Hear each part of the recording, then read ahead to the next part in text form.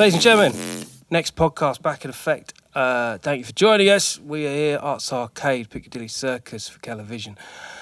This is where we tap into the future forward, the progressives, the people on the cusp doing their thing and doing it liberally all across the street culture landscape. Inside the house, Nottingham is representing right here. Gentleman has been on the Killa Kela podcast many moons, but is here to rejoin, mostly based off the new album Massa. It's the man like Little's inside the place. Yes, bro, how you doing? Good, how are you? I'm very well, man, very well. So you're dipping and moving a lot more since the album comes out. You're all over the shop in London at the moment. It's becoming like my second home, literally. It's the amount of time I'm spending down here at the minute. It's I'm considering it. I'm considering really, it. really. Seriously. Yeah. It's been a good journey, man. Meeting some dope people, doing some dope things, and just putting in the legwork, man. The legwork is what it's all about. The legwork is, yeah. Talk to me about that daily grind. Gosh. It's one of them, it's like, each day's different, and I'm finding that, like, I never know what I've got to be willing to do. You know, whether it's the long drives, whether it's the staying over, whether it's the making the last minute adjustments to go and do that extra thing that I weren't prepared for when I first came down. And so it's it's discovering a certain level of resilience within myself. And as we briefly said earlier, it's like it's a lonely little grind. Do you know what I mean? So it's but I'm here for it. You know what I mean? I'm enjoying it. I'm finding out things about myself, like I say, meeting people and just trying to take it to the next level, just step by step. So yeah, I'm enjoying it, man. Hip hop is the genre and the network. It's a ready built system, and like you say, you've got to be willing. And there are times, like you say, where you're navigating your journey throughout the day to maximise on the opportunities. Does that become tedious? Definitely, but there comes a time when you have to say to yourself, right, there's a reason that I'm here doing it. There's a reason I'm feeling like this. There's a certain purpose this is for. So it's like, once you kind of get past that feeling of acknowledging how tedious these things are, again, it's just full steam ahead. And I said to myself, like, when I moved over to Nolan, Poland, and I knew that the grind was going to kind of be a lot more feet to the ground, kind of manoeuvring in and around new surroundings myself. It was one of them things I kind of had to mentally prepare myself for ahead of time before I even got to certain points and kind of knew the tedious feelings that I was going to have, or the kind of, there's always that little bit of self-doubt that creeps in, or, just the tiredness of the grind. Yeah. You know what I mean? Yeah. So it's it's not for the faint-hearted, but like I say, I'm here for it, and I don't know why I didn't choose this path. It's just where I'm supposed to be. That's the only thing that I know. Yeah. So yeah, absolutely, I do. So Nottingham was your vocation to begin with. Talk to us about the Nottingham scene. The Nottingham scene. Oh gosh, I mean, I've been involved in the Nottingham scene since like 2008. Whoa, okay. Yeah, I'm giving away my age a little bit. Don't. Let's not go there. Yeah. There's been peaks and troughs. I feel like it's in quite a healthy space now, because there's a fair few artists that have learned the art of branching out. Because, when I come down here and I see things like your event that I came to, you kind of like mastering the art of being in the room. And just like not knowing who you're going to meet and then what that can then lead to. It's something that a lot of artists in Nottingham are now branching out and doing, which is good to see.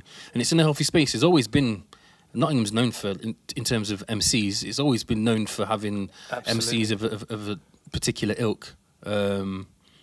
You've got people like Capo back on the scene doing his thing. I think he's 2 projects in the same year. Wow. Damn near.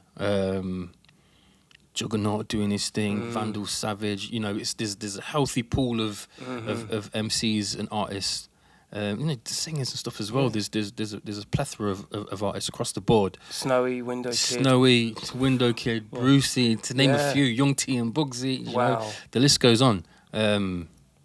So yeah, it's in a good space, and I'm seeing people here, there, and everywhere, and it's like even though there's not necessarily the infrastructure that we would probably like I say, like coming to certain events, like when I'm down here, people turn up, and I feel like unless there's some type of incentive nowadays, it's hard to kind of get the backing of the city from outside influences, apart from artists that are involved.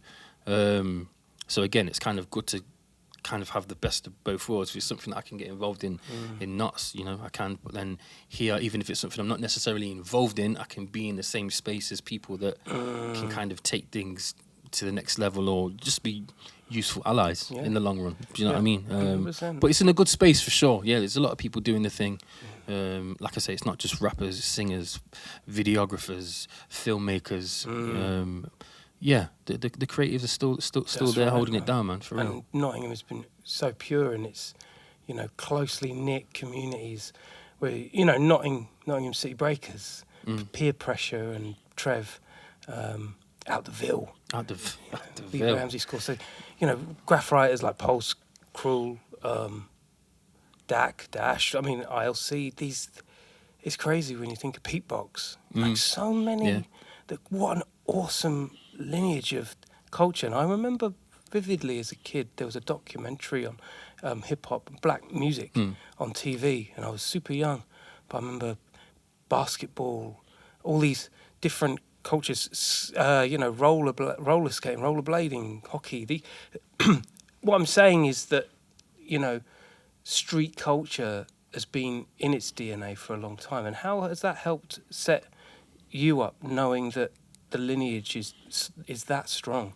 Well, it's always been there, right smack bang in my face, because I've got cousins that DJ. My dad's a jazz percussionist. My uncle was a b-boy who then went on to be a rapper in Europe. I forget the crew that he was in, but there was 2 crews, and long story short, he was on the run, and he ended up fleeing the country, went to Italy to do some breaking workshops and whatever, ended up hosting parties, and then before he knew it, he accidentally became a Eurodance artist from recording music for somebody else, who then sold it to a label, who then came looking for him, and to this day still performs and tours the world. And so that's... Hold on, wait a minute. We did not get into this on the Killa Kela podcast. No, we didn't, bro. So yeah, my uncle's an artist by the name of Ice MC. Yeah, originally was a b-boy, and yeah, got himself in a little bit of bother, and it was a case of not coming back to England for obvious reasons. Wow. And then he wound up just accidentally becoming an artist. Long story short, it was never the aim. He just used to host parties and stuff off the back of his dance classes and things like that. And then one thing led to another, and yeah, so I have a hand in doing his tour management. So I get to travel the world with him, see different places and stuff like that. And yeah, so when I say it's right in my face, it's your there. DNA. It's there. Yeah, it's there. You're born into the game. Yeah, literally. So yeah, that's where my influence from hip hop came from when I used to come back to the UK, and remember the big CD wallets that used to get flung open, and I'm just going through everything. I'm like 9-10 years old, and I'm just listening to things, and then over time it just becomes the norm, and then before I know it, it's part of me. Do you know what I mean? So CDs man. Used to be this round plastic thing. Yeah. For those that are too young to remember that shit. It was worse before, trust me, when there was vinyl bags, right? Jeez, yeah. But talking of vinyl bags, Shorty Blitz. Yeah. Oh, who's geezer on Capitol? I forget. Oh gosh. Yeah. This is about. I can see his face. Yeah, I can see his face. Isn't there something? Comment below. That's really bad. To be it'll fair. pop back up in a minute. It will. Mr. Jam. There you go. Mr. Jam. Mr. Jam. Of course. Yeah, Mr. Jam. That wasn't loaded, by the way, Mr. Jam. That was genuine. When you come to making an album, because you know it's by far your first jump on the rodeo, but something of such a body, Nolan Poland Records, big up Kong. Yeah, big up Kong. And we were only just saying before, his work ethic. I mean, this was a whole different drive of an album for you, wasn't it? Yeah, I mean, the fact it was done remotely with him actually being in Hong Kong and me being here, and the way we was able to work it over the course of 4 or 5 months tops, and we didn't actually meet in person until 3/4 of the way through the album. Wow.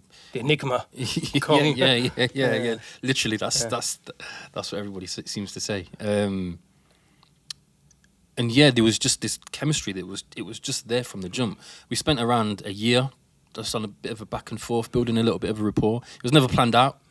And then one situation that I had musically didn't really flourish into anything. And then it was a case of, I'm ready, are you ready? And then Bang, bang, let's go. that was it. And then it was just a beautiful exchange of ideas, just back and forth. Like, I'd do my sessions, I'd send him something, then he'd send me something back, and it just kind of worked, and it just, everything just made sense every step of the way. I don't think we recorded more than 3 songs outside of the ones that we actually ended up with on the album. So it's not like it was a whole, trial and error thing. It just seemed to kind of make sense. Everything did. And I'd say it's definitely my favourite body of work that I've done. And obviously being with a label as opposed to doing everything independently myself and having certain backing, just being able to concentrate on, the creation itself. That is, it's not something I've experienced before, because once you've recorded a song, you're thinking, oh, is this worth doing the visuals for? And then you're thinking about promo, and then you're doing the radio, then you're doing this, that, and the fourth. And then when it's just a case of, right, we're gonna give ourselves up until this time to finish it, that's all we need to do. It opens the door just for so many more ideas. And there's even though there was a point in time when there was a little bit of a deadline, but not so much so where it felt like any type of pressure. Do you know what I mean? So it was just a really enjoyable experience, to be honest. And we're going to go again as well. So. Going again, yeah? Yeah, for real. Wow, that's going to be mad. That work ethic is by far, I guess it's the sentiment of the podcast as we speak. You're here. What's the thing that perhaps they didn't tell you on the hip hop album project brochure? I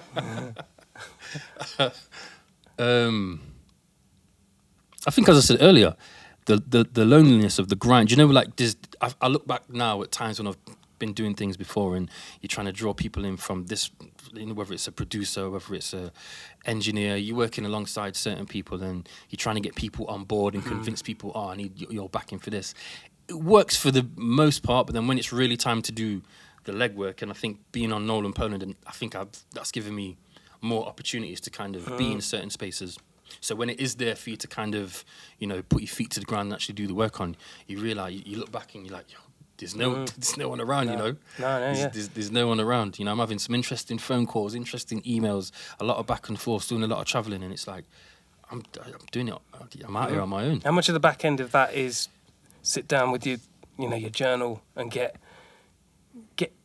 some semblance of orchestration? A lot more so now. Yeah. I'd say as recent as the last month. Really, yeah. Because you realise you're kind of compiling all these different things, and you just take a step back and you go, shit, there's a lot of things I need to do, so I need to kind of manage when I do this. Like when I was saying I was trying to do the thing with Blade and trying to cram it all into one week. Obviously it doesn't really work like that sometimes. So it's kind of trying to make sense of everything. So rather than, come down here for a week to do one thing and then go back home and I've only done the one thing I came to do, if I can, I'll try and manage it in a way where there's 3 or 4 things I can kind of take care of and things like that. And it's like having little fires. Yeah. Stoke them. So there's the strategy, right? Yeah, I guess you can call it that. Like we say, if it was that easy to have a strategy and tick the boxes, everybody would be doing it. Because a lot of it is small fires that, and this is the manager, I guess, comes into play. When you've got those little fires, ultimately you want one roaring, flame. So it is about finding the right things to set fire to, and knowing when that one opportunity comes that will light the whole lot. It's fraught, isn't it? Yeah. It's a lot. That's why I really appreciate having the opportunities to come and speak with people like yourself, and again, just being in these spaces and where people get it, because I feel like I come from a place where not everybody necessarily gets it. What do you want them to get? Just understand, because I feel like a lot of people, outside of music, whether it's like immediate family or friends. I was talking to my friend on the way down. He was like, "You're up and down like no one's business. I don't know how you do it." And I was like, "I hear that, and I can't give you an answer to that, but I know that I'm supposed to be." That's the only thing that I know. Dog-ridden perseverance Yeah, and just enjoyment of the process, right? Yeah, you can't really explain it to people that aren't ready to get it. And I think if they're ready to get it, then they already get it. Yeah. Do you know what I mean? So it's again, that comes with the kind of isolated, lonely grind that I was speaking about. But I really like the idea of not everyone getting it. Yeah. I think Because that's if you make it look too easy, well, no, in fact, the idea is to make it look easy. Yeah. That's the trick. To make it look easy. Yeah. Look into the eyes, just the eyes. Yeah. You're missing the real trick, right? Yeah, that's it. So it's it's just one of them things that I just think comes with it, I guess. But again, no complaints. I'm here. Yeah. You know what I mean? I think you've got a home here. I think what you're doing is fucking fantastic, and the fact that you've got hard copies, a body of work that you can really maximise on. And it's all part of the journey. It starts with the rhyme. Yeah. It starts with the track. It starts with the album. It starts with the promo. And it's that whole thing of like when people talk about the term "made it," like what is made it. And I remember when I was like 15 and I used to have this stereo on the wall, and I had no instrumentals. I remember I was rhyming over one of Redman's albums. Fully vocal, everything. That's how I'm putting my pen to pad and like constructing the rhymes. And then now, it's like I've got Elzai on my album. Incredible. So it's like it's all about perspective. And when I look back and I think about that, I remember that moment vividly when I was young and kind of thinking, I want to be in a certain space doing this thing in a certain way one day. So like now. Even probably the idea I had at the time when I was a kid, you think the glitz and the glamour, all these things that aren't really real when it comes to this thing. To, what I've got in terms of a body of work and who I'm able to work with. That's a big blessing, you know. Yeah, absolutely. Yeah, I feel very lucky and very privileged. So I ain't got no complaints, man. So the album's out, Massa? Yes, the album is out. We've been working it on radio quite heavily. Got about 4 or 5 joints in rotation. Why? Yeah. Who do you want to big up? Any particular DJs that are in that pursuit of? I want to big up Thad Boogie, HFM. Hold tight, HFM, yes. BBC Introducing have been really good for me as well. Shorty Blitz, obviously. Was it Radio 6? Huey Morgan's spun a couple. Nice. And just any of these people have been hitting me up from different countries and things like that I don't necessarily know. That's so the it's best been bit, that's a beautiful thing. The States has been good to me. A few people in LA and stuff like that have been hitting me up. So anyone that's kind of caught onto it and took it under their wing and supported it, big ups, man. Big ups, yeah. I've also just started putting together the live band as well. So that's gonna be interesting. Like that's kind of in its early inception. So looking to take that on the road with the live band and kind of probably hit more so like the jazz circuits and things like that.